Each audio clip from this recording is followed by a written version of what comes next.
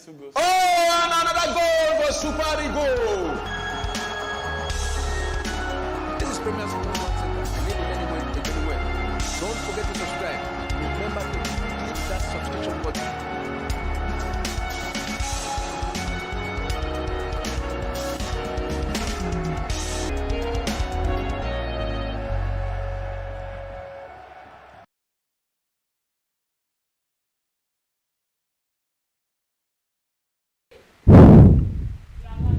Hello, welcome to Talk Sports, your go-to show for everything football, transfer, contract news, match reviews, and what's coming up on the pitch. I'm Adeyemi Shegun, your host, and there's what we've got lined up for you today on Premier Sports Fan Center Talk Sports.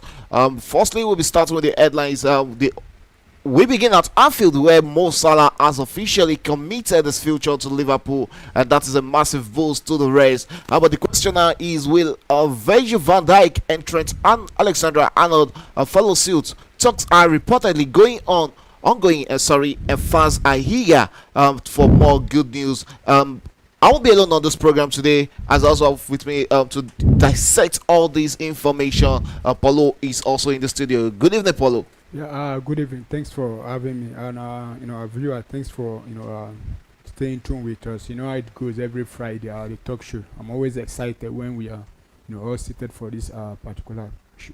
Okay, like I reeled out about Mo Salah signing a new deal with Liverpool. He has committed himself to 2 more years at Liverpool, and that is a good news to the Liverpool fans. What does Salah's commitment mean for Liverpool immediate future and the chances in the league next season? Well, I think it's a moral booster one for Liverpool as a club because we know the ongoing struggle between Liverpool and Mo Salah trying to find agreement to reaching a level. Because about 2 months, maybe close to 2 months ago, sometime around December rather, when Mo Salah actually came out in the press and said it's more out than in at Liverpool. The media was all agog about Mo Salah leaving. Not only him, the other players also, but Mo Salah committing his future to Liverpool. I think it's a very big boost for Liverpool. Because with Mo Salah, we know what he has done for Liverpool since he joined. Not just this season, but if you're looking at this season, I think Liverpool are where they are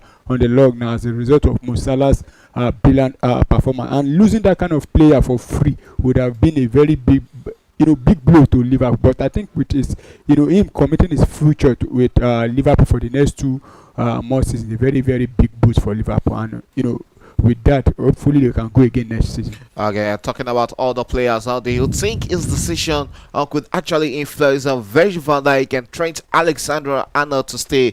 These 2 players are also interested. It's looking like most likely Arnold leaves Liverpool for Real Madrid. Yeah, and I think it's now left. Liverpool have Virgil van Dijk and Arnold to sort out their issues now. But the way it's looking like, it's likely we might not be seeing Alexander-Arnold at Liverpool come next season, because the report reaching us today now from Fabrizio Romano is that Alexander-Arnold has agreed to personal terms with Real Madrid. So and we don't see, I don't think that would change anytime soon. So it might Mo Salah signing new 2 years contract might influence what's his name now, Virgil van Dijk, the captain, rather than Alexander-Arnold. But I think it's going to go a long way, for Virgil van Dijk. And if Liverpool can still try and convince what's his name, Alexander-Arnold, because I don't think it's just about the money only, because if it's about the money, Liverpool have actually splashed out about because the report we have gotten now is that Mo Salah will be earning close to 400 or more. With Liverpool. It's actually well deserved. Yeah, for him. And Alexander-Arnold, I think he's on around 200 before. But I don't know if he's going to end up to 300 if he joins Real Madrid. But with Liverpool, I think Liverpool can still raise it probably up to 250 or 300. But the way it's looking like, I don't think Mo Salah signing new contract will influence Alexander-Arnold. But for Virgil van Dijk, I think he will stay. Okay, there's no way we'll talk about Mo Salah and Virgil van Dijk staying at Liverpool without we're talking about integration of the younger talents at Liverpool. A lot of players are lined up, to move or to succeed Mo Salah and also Virgil van Dijk in the senior team. Signing new 2 more years contract at Liverpool at the age of 33. He must be on the turn of 35 when that deal actually elapsed. Do you think it's going to delay the integration of the younger talent into the Liverpool's main team? Well, I think it's a combination of both because looking at Mo Salah's swing, I don't think Liverpool have anybody even coming from the academy that can replace him immediately. Probably the reason why they've given him this 2 years contract is for them to see if they can bring out someone from the academy gradually, at least from now to 2 years, that will be able to take over. Because after the end of this contract for Mo Salah, well, I would be surprised if Liverpool offered him another new he'll be 35 then. Contract. So Yeah, I would be surprised. He'll be in the twilight of his career. Yeah, I'll be surprised. But for the other guy, the defender, what's his name now? Virgil van Dijk. I think they have upcoming players like Jaron Quincy, But for Mo Salah, I don't think they really have anybody at the moment because we saw when this season Mo Salah has always been there for Liverpool. Really got injured, but the matches he was not in form. We saw how they struggle and they couldn't even replace him because they don't have people to come in place for him. But I think him signing this 2 year contract, probably Liverpool also will be trying to use the opportunity to bring on probably people from the academy or even sign players that will come and understudy him, and in the next 2 years they'll be able to integrate and still on Mo Salah, and there's no way we talk about Liverpool this season without talking about Mo Salah. He's the most important player for Liverpool this season. You look at the number of goals, the number of assists he has pulled in for Liverpool, and times when he doesn't get the goal, it affects Liverpool themselves, and he's 33 already. Looking at the age, will he still be an important player for Liverpool in the next 2 years? Well, I think so because it has shown that the more he keep aging, the more he keep producing. Looking at the numbers this season alone, tell you a lot about Mo Salah. I think he will see give us a lot of those goals produce for Liverpool come next season, but it might not be as high as this season. But I think he will still get to at least a double digit come next season because Mo Salah is a very experienced player. It's not easy to mark on. Whenever he's in form, it's always a very difficult one for players to the opponent to stop him. But I think we'll see deliver come next season. Okay, yes, so it's a big congratulations to Liverpool fans having Mo Salah next season. Is a big plus to them. He has about 80 goals to beat Alan Shearer's record for the all-time highest scorer in the EPL. Can he do that within 2 seasons, scoring 40 goals apiece in that 2 seasons all the time? We move away from Liverpool straight to the Emirates Stadium where we're talking with about Arsenal over the Emirates. Arsenal keeping close tabs on Atletico Bilbao's rising star Nico Williams. Why it's still in the room of face, the Gunners appears Neil on reinforcing their flank with the explosive talent ahead of the next season. Let's talk about Nico Williams now. Is it the right profile of player for Arsenal current squad needs? Well, I think he is because we've seen Nico Williams. We saw him with the national team. I think the best I've seen from him was with the national team. Though he has been performing brilliantly well for his club, talking about Atletico Club Bilbao. But with the national team, we saw how he took that left hand side of the of the attacking line for Spain and he destroying defenders. He actually helped Spain to win the last Euro. And if Arsenal is going to sign that kind of player, I think it's a welcome development because looking at that wing, Arsenal don't really have much.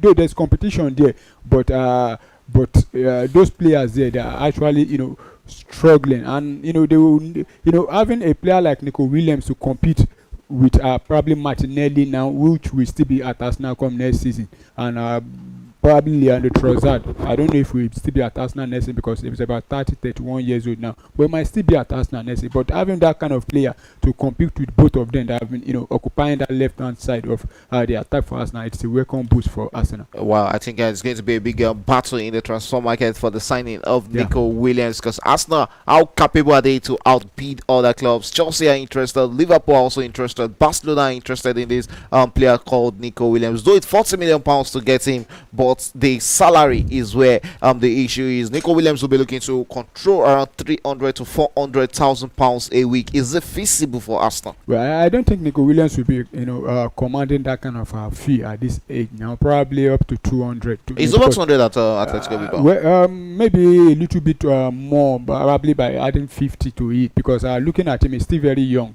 I don't think he's even up to 22 yet now. He's very young, and I don't think with Atletico Bilbao, How old is Saka?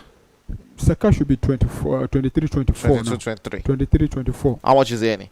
Saka is earning about 200 also, because Saka hasn't signed a contract yet, because Saka is having about 2 years left with Arsenal at the moment now, and because even Thomas Partey that is earning about 250 earns higher than Bukayo Saka, probably when he signs new contract now. But Nico Williams, I don't think if Arsenal is going to get him, I don't think they will, they will be paying him more than 250. So how are they going to convince him when you know that okay, clubs like it's Barcelona? About, I don't. Some players, it's not just about the money only. Wow. It's some players are just attracted to probably the project, of particular clubs. We've seen players have moved to different club, even any lesser than what they were promised somewhere else or with the club they play for. I think probably Champions League football will also attract them, and we have a Spanish manager. And looking at us now, they are trying to bring in more Spanish players into the team.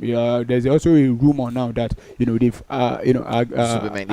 Zubimendi might be joining us.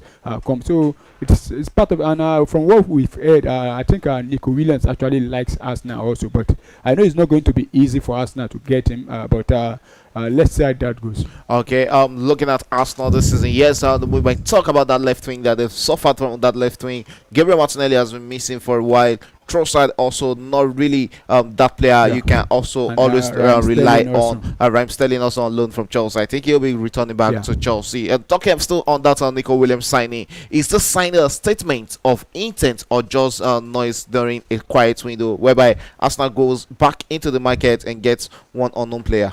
Well, I don't think even signing Nico Williams only will be, statement of intent from Arsenal, because to be honest, the area where Arsenal lack most it's actually the number 9, the main striker, because with these players we have, despite we complaining that Leandro Trossard has been struggling this season more, Martinelli has been missing and also struggling at times, and Raheem Sterling almost ineffective in almost every matches. But despite that, the problem with Arsenal is that they still lack the number 9, the goal poacher that will get them those goals. One thing we've seen with Arsenal is that irrespective of whoever they play from the wing midfield, they will always create chances, but scoring is the issue. But bringing Nico Williams is a very big boost. But I think signing a proper number, a quality number 9 will be the major, the big headline is for Arsenal. But at the end of the day, if they don't sign Nico Williams, although it's still rumor, it's not 100% certain that they will sign him, but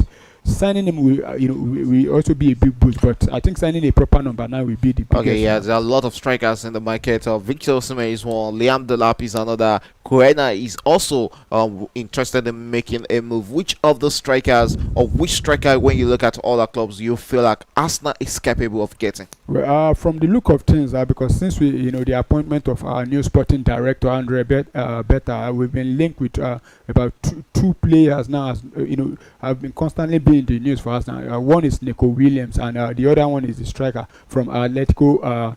Sporting CP, the Swedish striker, talking about Victor Gyökeres. And as it stands now, to be honest, it's not going to come cheap, but Sporting Lisbon are ready to lower their asking price, because at the time we heard that Sporting have said anybody that wants to get him will bring at least 100 million pounds for the player. But from what we've been hearing now, they are willing to accept at least up to probably 70, 75 or 80. So I think Arsenal can go for him. We've seen him play. There is a goal poacher, he gets the goal, he's tall, big, fast, and he's he can take on defenders also. But to me, my own personal opinion, if we can get a striker like Victor Osimhen, but the Victor Osimhen issue is very, very complicated, because we know his parent club, Napoli. I think they've been stubborn, towards him now, and they are the reason why he ended up in Galatasaray. I don't think Galatasaray was his preferred destination, though he wants to leave. But Napoli made it very difficult for other clubs that are trying to get him, because we also heard he also agreed deal with Saudi Arabia, but only for Galatasaray to Napoli to add to the money, the asking price. So that's how the deal collab. But if Arsenal can get Victor Osimhen, because we've seen him, I like his energy. the way he fight for all balls. I like that kind of style. But I think, to me, between Victor Osimhen and Victor Yokore, I think Victor Yokore is more clinical in front of goal. I'm not taking anything away from Victor Osimhen. I've seen Victor Osimhen play very well, and he missed a lot of goals also. But I would have preferred him to join us now, because with us now we create a lot of goal scoring opportunities. And if Victor Osimhen can join us now, I can put my hand on it and say he will get at least 25 Premier League goals for us now. Okay, as is Oliver Twist and lost in total, doesn't really know which one he really wants. Is the Icarus or is the Victor Osimhen?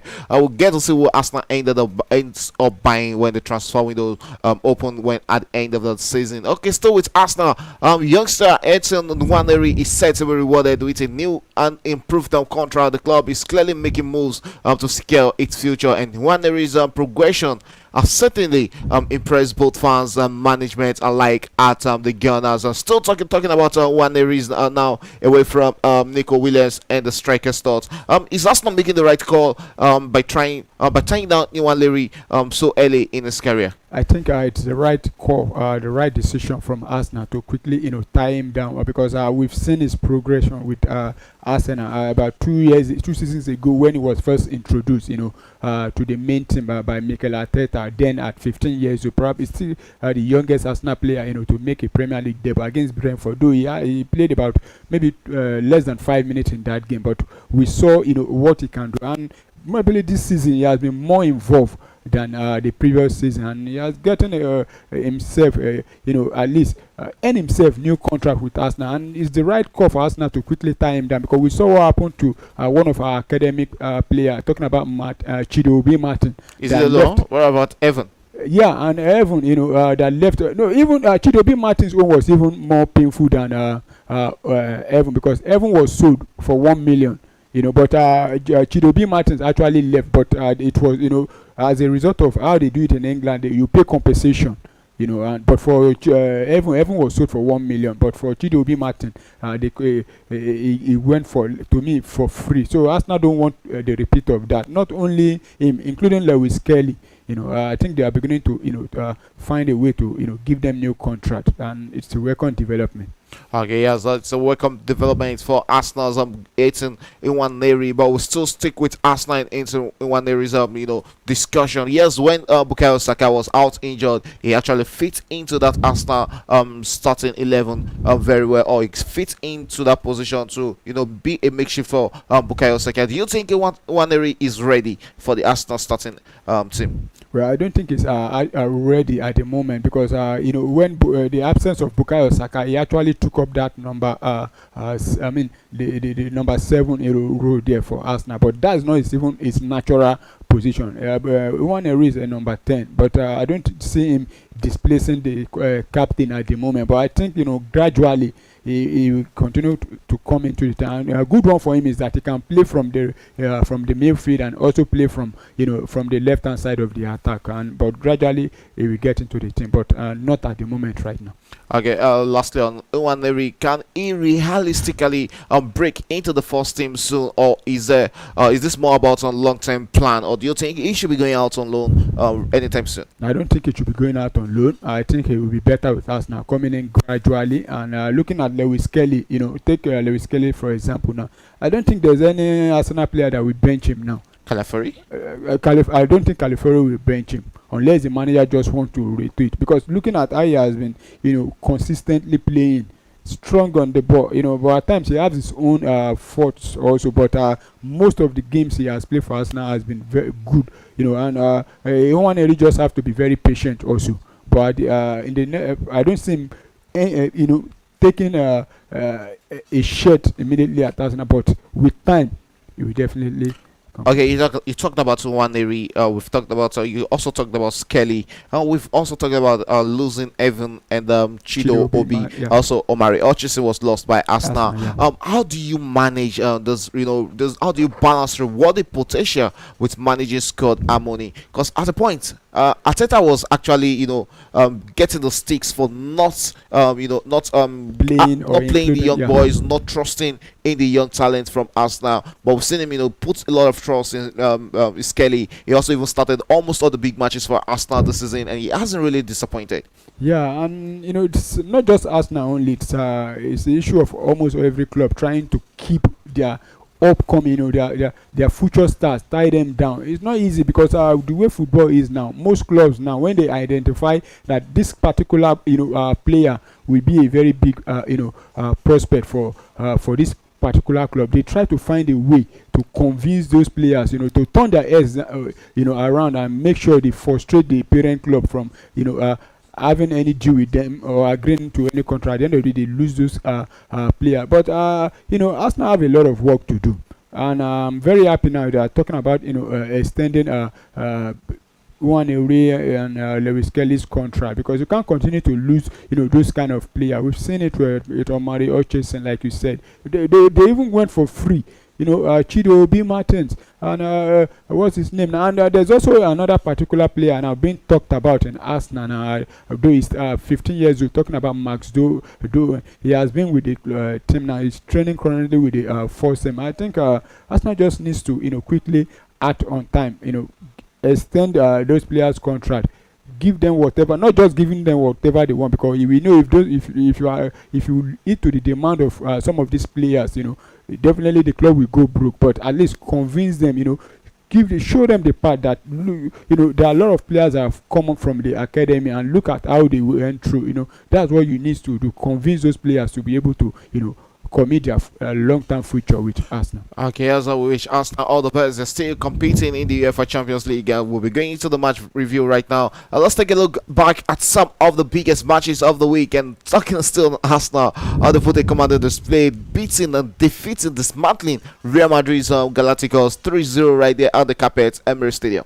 Yeah, it was for a lot of Arsenal fans out there, including me. That was, in fact, one of the best matches we've seen in the last probably 2 decades now from Arsenal. At the beginning, most people, including some Arsenal fans, didn't really, fancy us beating Real Madrid. Not talk of even having advantage of, progressing. But look at the way Arsenal approached that game. Everything was right for us. Not too much media talk, unlike from Real Madrid. They keep on going about how they are going to dismantle Arsenal, this and that. But looking at that game properly, despite Arsenal being short-handed in the attack and defense, why I say so, because with the absence of Gabriel, the news that Gabriel was a very big blow, and Arsenal playing with a makeshift striker in Mikel Merino.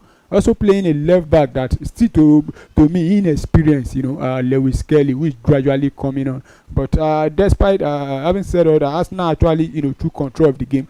For first thing they did was make sure they dominate Real Madrid's midfield. And after was there any dominance in that game? I think there is, because you could see Thomas Partey bustling that Real Madrid midfield. I don't think I actually see more from what's his name, the Real Madrid captain that day, Modric. And I think although Camavinga actually tried, but I saw more of Camavinga in that midfield.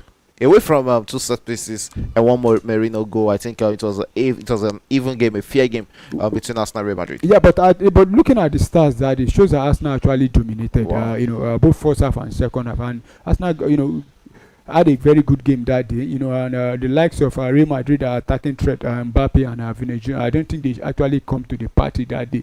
But Arsenal was able to get those beautiful goals in the second half. Declan Rice scoring 2 beautiful free kicks, and Mikel Merino rounding up the scoring. So good one and enjoyable game for Arsenal. Yeah, good one for Arsenal. We'll move away from Arsenal straight to Barcelona. We'll look dominant against Borussia Dortmund. Is this a new Barcelona, or were Dortmund just poor on the day? Well, I don't think it's a new it's a combination of both, because Borussia Dortmund this season, they've been very disappointing, more especially in the league. During the Champions League, this is the second time Barcelona is the first time in the Champions League this season. No, I think they played out a draw in the first the group stage. I think so. I think they played out 2-2. I think they played out a draw. But looking at Dortmund in the league, they've been very, very disappointed. And I think they are 8 or 7 if I'm correct on the log there. But in the Champions League, they've been good, even picking up wins where you don't expect them to get those wins. But going into that match proper, that was on Wednesday. Almost everybody agreed that Barcelona will take the day, given the fact that Barcelona are even playing at home, in the first leg, and Barcelona dismantled them 4-0. And I think, to me, my own personal opinion, I think Barcelona are good to go for the semi-finals. Okay, yeah, that sounds straight to the UEFA Conference League, where Chelsea were also 3-0 victor over Legia Warsaw. Are we finally seeing the kind of consistency the club has been lacking, though they've been consistent when it comes to the Conference League? Yeah, Chelsea have been very good when it comes to the Conference League, because I think, to me, they are above every opponent they've actually faced. Chelsea could still play their second team, or third team rather, and still get result. And from that, from those teams they've played, and I think Chelsea are good. But where Chelsea needs to work out is when it comes to the league. That's the English Premier League, because now we have less than 7 games to go, and the league is eating up now. And there's with the report now that the English Premier League teams will be having 5 slots now in the coming Champions League. So and there are a lot of clubs around that sport. They're fighting for that. Champions League slot. So Chelsea will have to up their game in the league, but in the Conference League, I think they are too strong for their opponents. Okay, talking about still on the UEFA Champions League and the games that went on over the weekend. We also talk about the Europa League. Manchester United disappointing one against Olympique Lyon. 2-2 it ended for the rest away right there in France. Well, that was a disappointing result, because at the time, they were leading, but were pegged back. But before the match, I actually told a friend that match would be interesting, because before the match, we saw words of words going on between the former Manchester United player Nemanja Matic and Onana going forth and back, between who is the worst goalkeeper in Manchester United history, and what's his name now, and Onana saying I've won something with the biggest club. So, but I think if you look at that match properly, you see that Andre Onana actually proved Nemanja Matic very right with his way, because both goals Manchester United conceded were as a result of Andre Onana. Looking at that first goal, I see no reason why it should not be doing better than that. And the second, equalizing. The first goal, I won't actually. Sorry for interjecting. The first goal, I won't really blame Onana, but I think because any goalkeeper can concede that goal. Well, the second goal, I might actually fault. But say any goalkeeper, but any goalkeeper can concede. But we'll still be looking at that goalkeeper as the reason. No, because he was waiting for a reaction. There might be a deflection of the ball as the ball was coming straight into the box. So we've seen a lot of that goals. It's not like this is the first time we're seeing goalkeepers conceding the red from free kick. Yeah, but at the same time, you still want to put the blame on the goalkeeper. But having said that, are we going to fault Courtois for conceding those 2 free kicks against Declan Rice? Declan Rice free kick and the free kick scored by, I think, Mauda for Lyon was different. Amada. Was different. You could see that Courtois was, in fact. So every time Juninho scored such free kick during his career for Olympique Lyon, should we blame the goalkeeper also for conceding it? I'm not saying you blame all goalkeepers. It's like this because we all know, or we all actually expect Onana to actually make error for Manchester United. That is why we can pin that free kick on Onana's neck. Well, I think the reason why we do that is because he actually engaged in Wales before the match. Talking about with Matic, and I think he proved Matic right with his performance that day. But Manchester United have a lot of work to do in the second leg, because though the advantage now falls to them because they'll be playing at home, but because now Lyon have nothing to lose. They have to come out at Old Trafford to come and attack. And to me, I think Manchester United, I've been saying it for some time now, where they've dropped most points is even at home.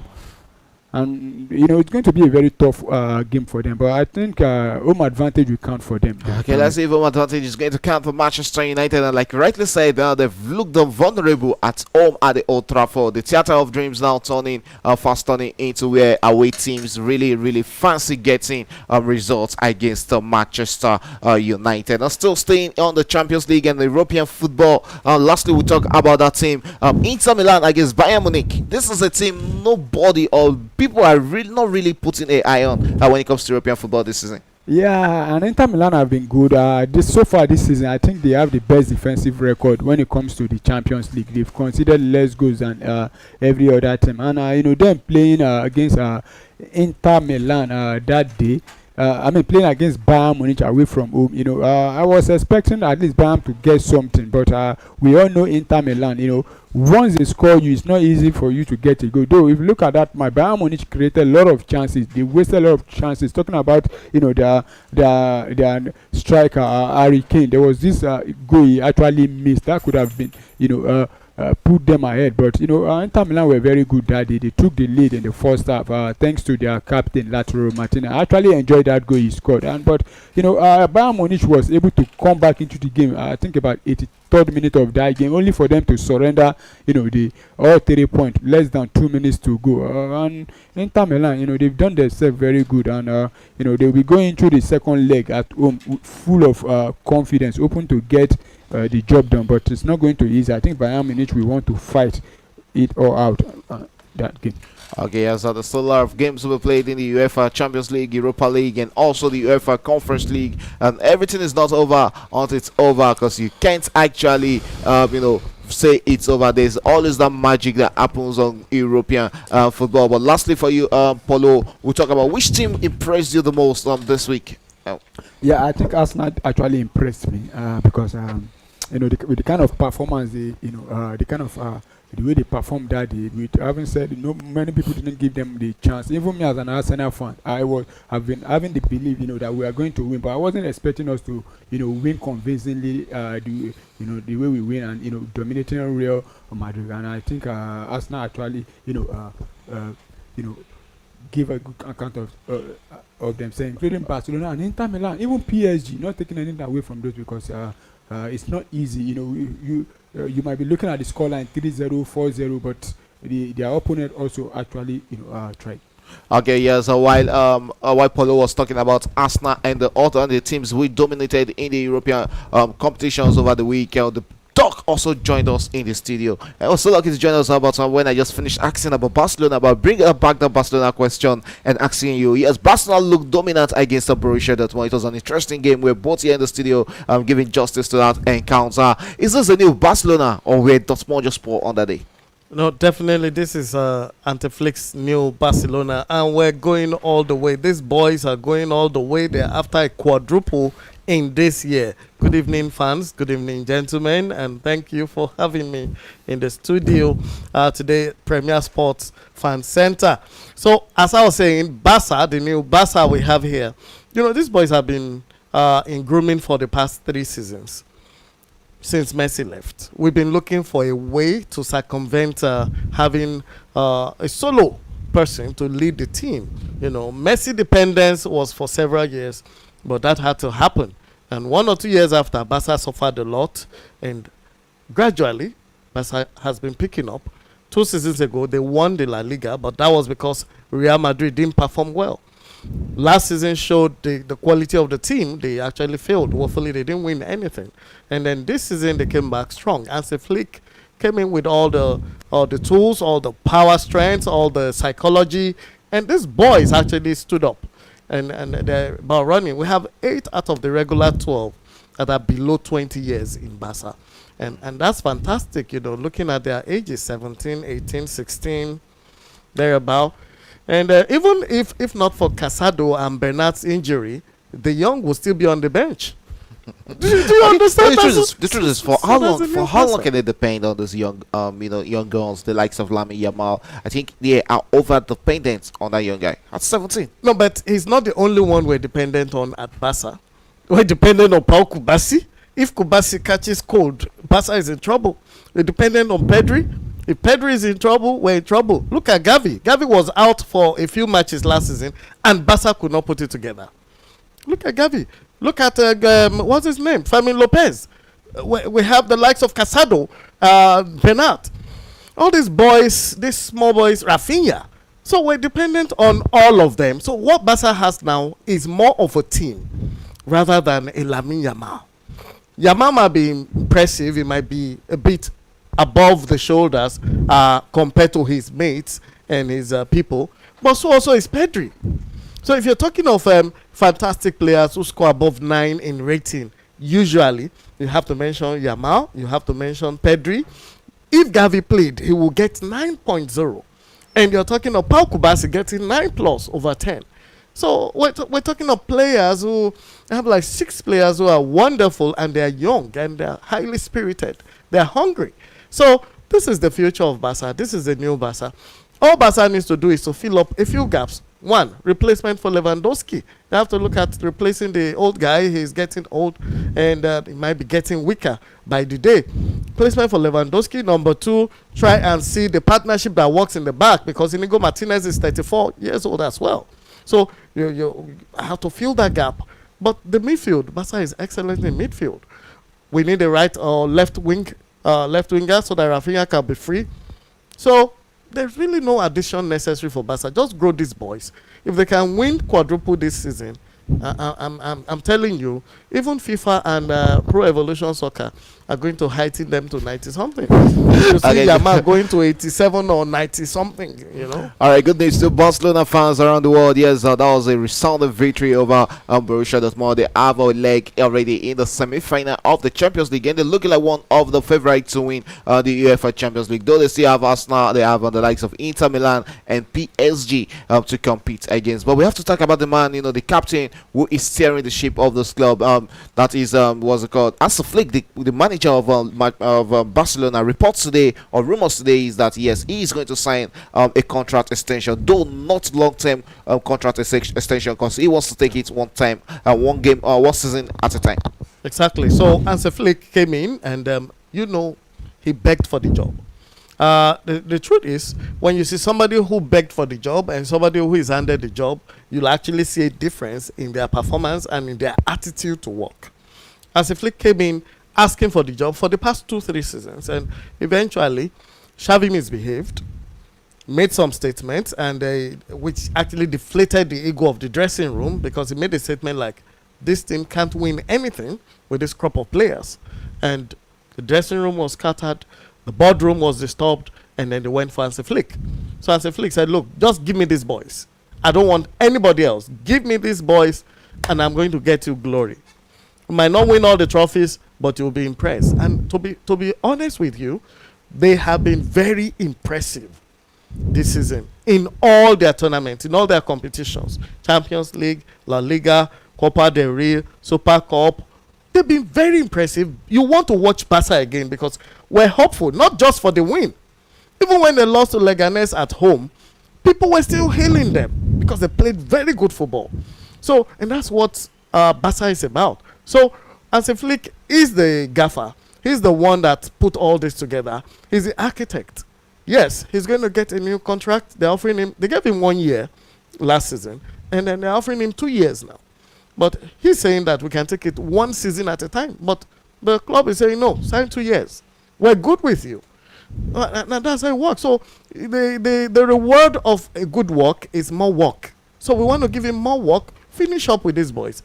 Get them to stardom, get them to performance, and then you can go. Yeah, normally when you win 3-0 in the UEFA Champions League, you just go lyrical about your club's success. That is what really happened. My club also won 3-0 in European football in the course of the week. Yeah. Okay, let's go straight to the upcoming fixtures. Looking ahead, we've got some mouth-watching clashes coming up in the UEFA Champions League next week. Real Madrid will be looking for redemption as they take on Arsenal again at the Bernabeu. The Arsenal guy, how are you feeling about going to Bernabeu? Well, I feel comfortable. Like I've been saying it even before we played the first leg. And with the result we got in the first leg, have given me more, morale boost that we are going there, to give our best again, like we did in the first leg. And I see us progressing. I know they've been planning a lot now, because after that defeat, you hear most of Madrid players coming on to the media talking about they are going to, play, that miracles do happen, this and that. Yeah, I agree in football, miracles happen, and I hope that miracle will happen for Arsenal again at the Bernabeu. We've done it before there. We can still do it again there, but I know it's not going to be an easy game for. Okay, the dog. Yes, so we've seen some magic happen in the UEFA Champions League. Yes. Score lines are being overturned, and we've seen Barcelona also overturning one. We've seen clubs overturning it against Barcelona. And can Real Madrid respond convincingly in the second leg? Well, To be very honest, the present form of Madrid is not very fine. And they have a dressing room problem right now. Vinicius Jr. took the penalty that made us lose against Osasuna. Coach Dinfield, Ada Guya, this, that, and the coach should go. There's a lot of rumors going around their dressing room, which is not nice. It might not help them. However, the Real Madrid we know, and the crop of players we have, the Bellingham, the Mbappe, Vinicius Jr., Rodrigo, Ada Guya, Valverde, Rudiger, these boys are fighters. These boys are going to fight until the blow of the whistle. I'm telling you, Arsenal is not going to find it funny. Arsenal has better devised a very good plan to cage Vinicius Jr., cage Mbappe, cage Rodrigo, and as much as possible, if they can, they should make sure Adaguya does not play. Because if Guya plays, it's going to be a problem, a thorn in the flesh for Arsenal. He's a wonderful striker from out of the box. Most of his goals have come from outside the box. And he plays beautiful shots and free kicks. So, Arsenal, a little safe, but Real Madrid, we can't go to bed with 3-0 at the Bernabeu. Okay, I'll come back to you, Paulo. Which tactics are you going to favor? Defensive tactics or going all out countering against Real Madrid, knowing fully well that Real Madrid will come all out to attack against Arsenal? Are you favoring you guys soaking the pressure for as long as possible, or will you be trying to get early goals so as to finally dismantle and destroy Real Madrid at the Santiago Bernabeu? Yeah, aside from we soaking the pressure, every other tactics is welcomed by me. First of all, I would like us to play possession kind of football, because if you keep possession, definitely you are depriving Madrid of the ball. Then they won't have anything to do with it. Because if we go to Bernabeu and defend, I think it will be very, very bad for us. And with the way we've seen this Real Madrid defensively, I don't think they are okay. And looking at their midfield, I think they are a bit weak. But their attack is more, that's where they have the firepower. But if Arsenal can go to the Bernabeu, fight it out in the middle of the park with their midfield, if you can dominate it, then we are good to go. And for Arsenal, we just need to probably get a goal. And if we can't get that goal, then make sure we don't concede. And looking at Arsenal, it's been since 2023 the last time Arsenal conceded more than 3 goals in a single match.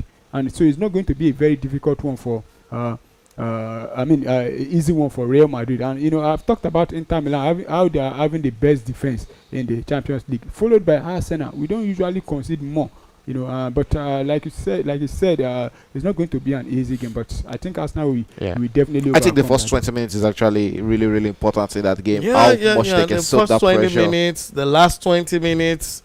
Every 20 minutes in that game is going to be important, because even if Arsenal puts one behind Real Madrid first, it still doesn't end the game.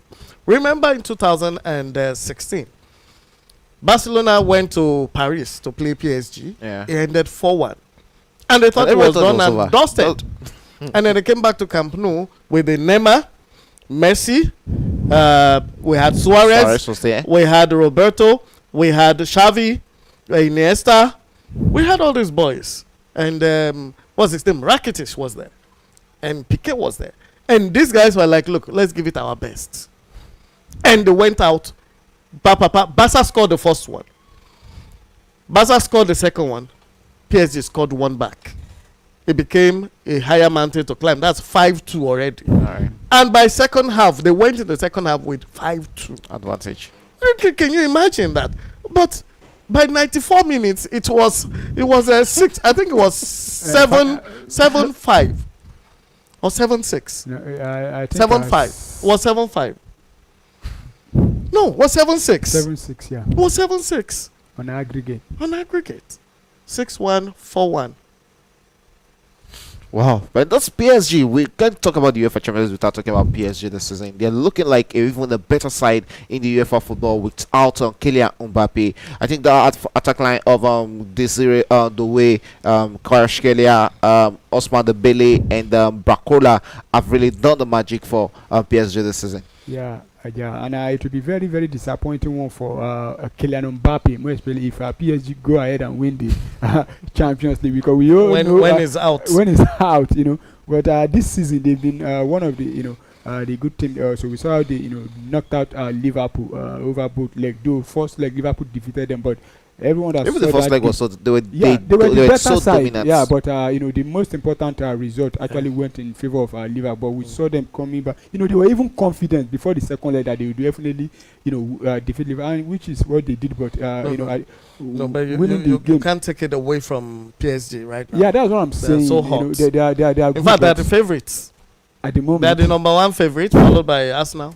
I think I actually favor a PSG versus Inter Milan final in the UEFA Champions League. How will Inter Milan get there? They'll get over Barcelona. That's exactly the question. How will they likely get there? They will have to go through Gavi, Pedri, Lamine, Lewandowski, But it's Araujo. It's possible. Because, Yes, but they will have to go through those people. It will be thick and thin. All right. It's going to be blood.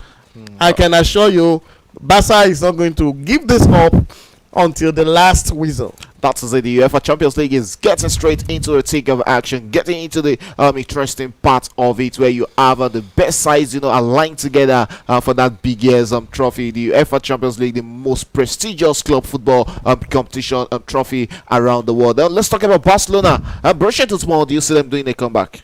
Well, I don't think so. I think it's over for them. The scoreline alone is too big for them. Though in football, we've seen 4 goals being overturned before, but I don't think it's with this Dortmund. Like I said earlier on, Dortmund have been disappointing. Especially in the league. Look at where they're sitting on the log in the league, and this season, I think they've changed their manager also this season. They've not been, giving good account of themselves. But I think Barca have done themselves a favor by, winning with that 4 goals score, and I don't even see them defeating Barcelona. That's my own personal opinion. What highest they can get is a draw at the Signal Iduna Park there. And that's exactly my opinion too. They can get a draw out there, but they're not going to get a win. Barca is not going to lose any game now until the end. We're not losing. We're winning this trophy. All right, yeah, there's a lot of interesting players we saw in the first leg of the quarterfinal of the UEFA Champions League, and players coming to party, and players who shows that their club can actually depend on them. And we'll be looking forward into the to the second leg coming up on this this coming week, that's next week. Yeah. Which players do you think we should be looking forward to in the UEFA Champions League? Next week, Yeah. Kylian Mbappe, Vinicius Junior. Those guys are going to show their faces at the Bernabeu, and they're going to have the fans. Vinga, they are going to be singing Vini Junior, Vini, and those they have 77,000 capacity there, and I think Arsenal has only a chance for 5,000, and I don't think Gunners are going to travel up to 5,000 people. So you're going to have like 75,000 Madridistas shouting and wailing and whistling and doing everything to pressure Arsenal and the referees. So it's going to be a lot of war. And Vini will get into the 18 and dive. He might not even dive, but you will foul him because he's very trickish and he's very fast. Kylian can shoot from anywhere around that place. And God help them.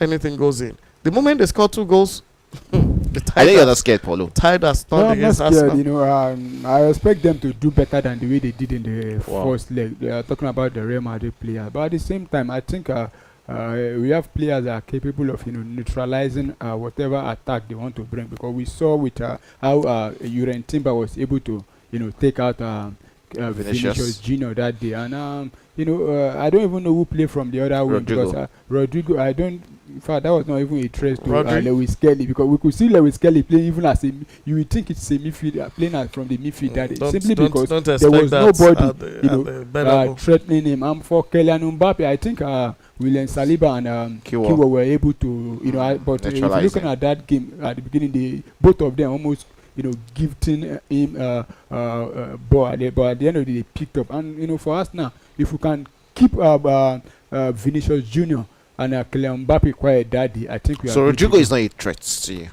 He's a threat, but of late, I think he has, is he dropped form or lost form now?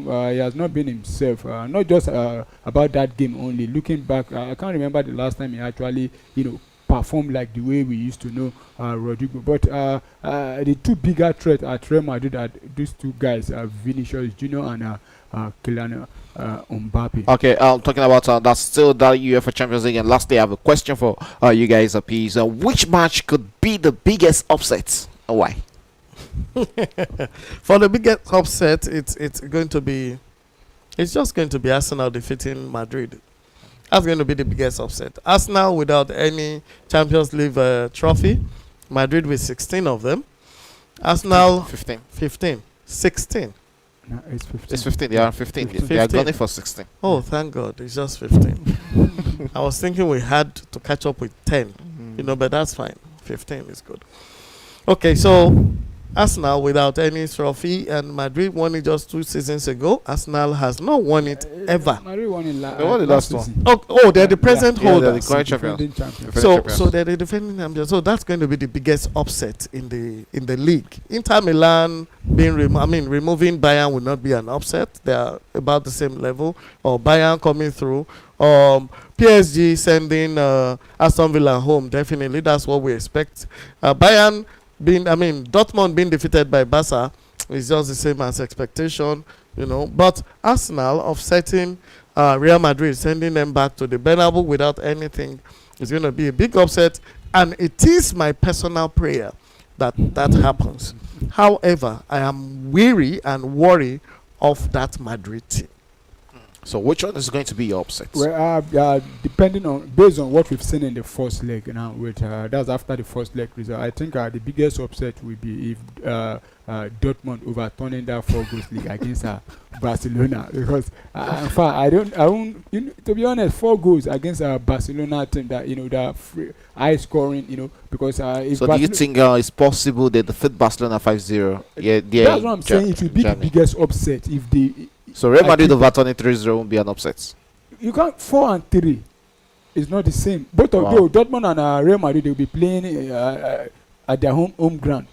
But with the way Arsenal have actually performed in the first leg, you see that they can hold themselves. But the way Dortmund have played in the first leg and the way our backup played, you see. In fact, looking at that game, Dortmund, Barcelona, and the return leg, if Dortmund eventually qualify, against that this good Barcelona side, then I think it should be the biggest upset. It will, but that's the likelihood is pretty small. If you ask Microsoft, will tell you it's even for Real Madrid, because I can't remember the last time Real of Madrid X will tell you that's no. lead in the Champions Based on League. their performances and their strengths, Grok will tell you forget it. Put your money where you can get something from it.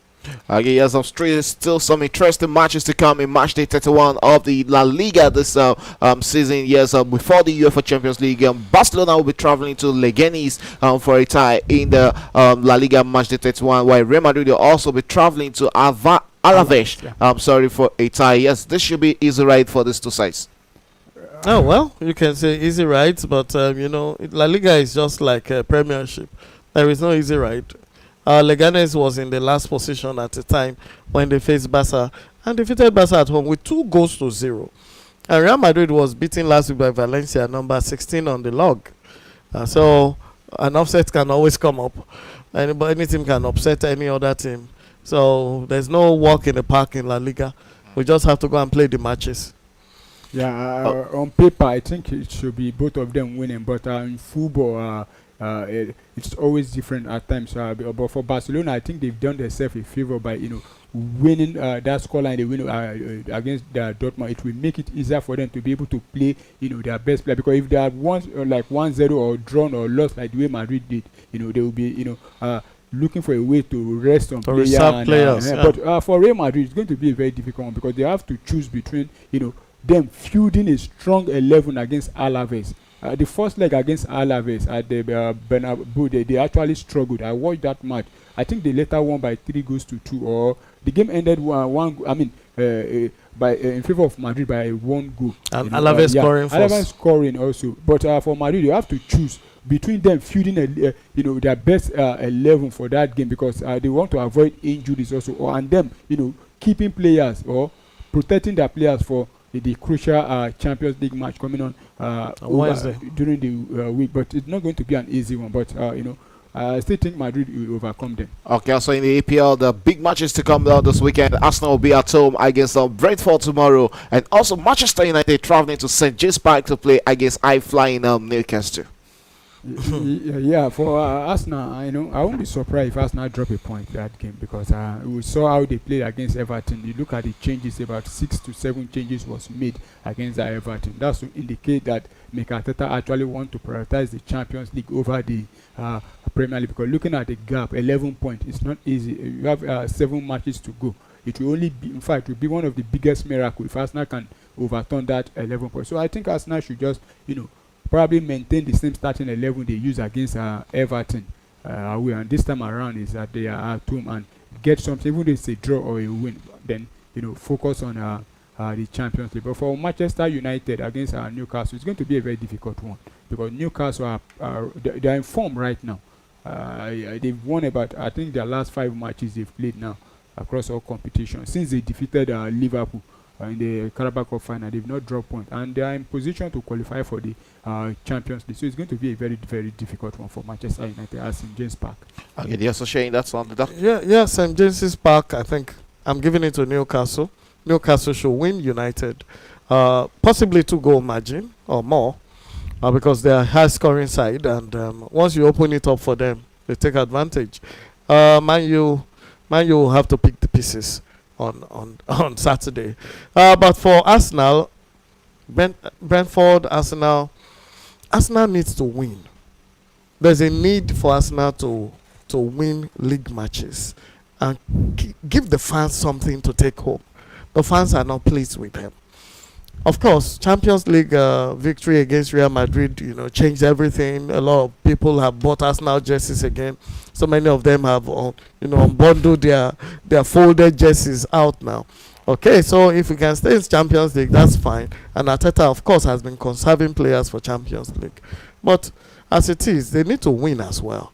But I don't think they'll feel their strongest legs. You can join us on Premier Sports Fan Center this weekend for interesting matches across all leagues in Europe. We'll be in the studio to give you analysis and commentaries of that game between Arsenal and Brentford. Also, Newcastle against Manchester United. Barcelona against Leganes, and also Chelsea on Sunday against Ipswich Town. This promises to be an interesting weekend around the world. So to all the clubs, to all our clubs who won in the Europe, Europe is Europe. So any league you won in the Europe, be it Champions League, Europa League, or Conference League, it's all Europe. Congratulations to you guys, and we await the second leg and see which magic or which drama is going to unfold in the UEFA Champions League. It's always a pleasure having you guys in the studio. It's good. Thank you for having me. Okay, yeah, so that's about how much we can take on Premier Sport Fast Later Talk Sport program tonight. Until we come your way again next week with another fresh edition of Talk Sports. It's bye for now. Oh, and another goal for Super Eagles. This is Premier Sports Center. I need anywhere to get away. Don't forget to subscribe. Remember to click that subscription button.